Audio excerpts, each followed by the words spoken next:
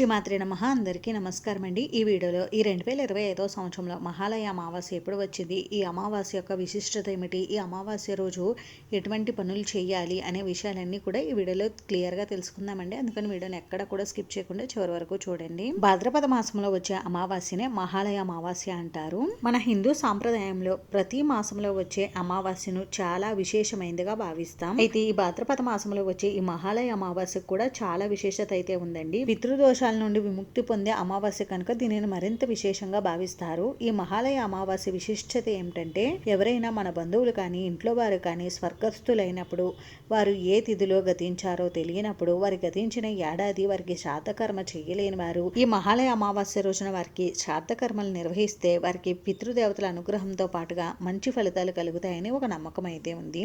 ఎవరైతే ఈ మహాలయ అమావాస్య రోజున పితృదేవతలకు తర్పణాలు వదులుతారో వారికి ఏడాది పాటు మంచి ఫలితాలు ఉంటాయని పండితుల వాక్కు. సాంప్రదాయ ప్రకారం ప్రతి మనిషి తన జీవిత కాలంలో 3 రుణాలు తప్పకుండా తీర్చుకోవాలని అంటారు. అవేంటంటే దేవ రుణం, ఋషి రుణం, పితృ రుణం. ఈ 3 రుణాలు తప్పకుండా తీర్చుకోవాలని అంటారు. వీటిల్లో మనకి పితృ రుణం తీర్చుకోవడానికి అవకాశం ఎక్కువ ఉంటుంది కాబట్టి పితృదేవతలకు శ్రాద్ధ కర్మలు శ్రద్ధగా నిర్వహించాలి. పితృ రుణం తీర్చుకోవడం కోసం ఈ అమావాస్య రోజున పితృదేవతలకు తర్పణాలు వదలడం, వారి పేరిట దాన ధర్మాలు చేయడం, వారి పేరు చెప్పి ఎవరికైనా బట్టలు పెట్టడం లాంటి సత్కర్మలు ఆచరించడం ద్వారా పితృ రుణం తీర్చుకోవచ్చు.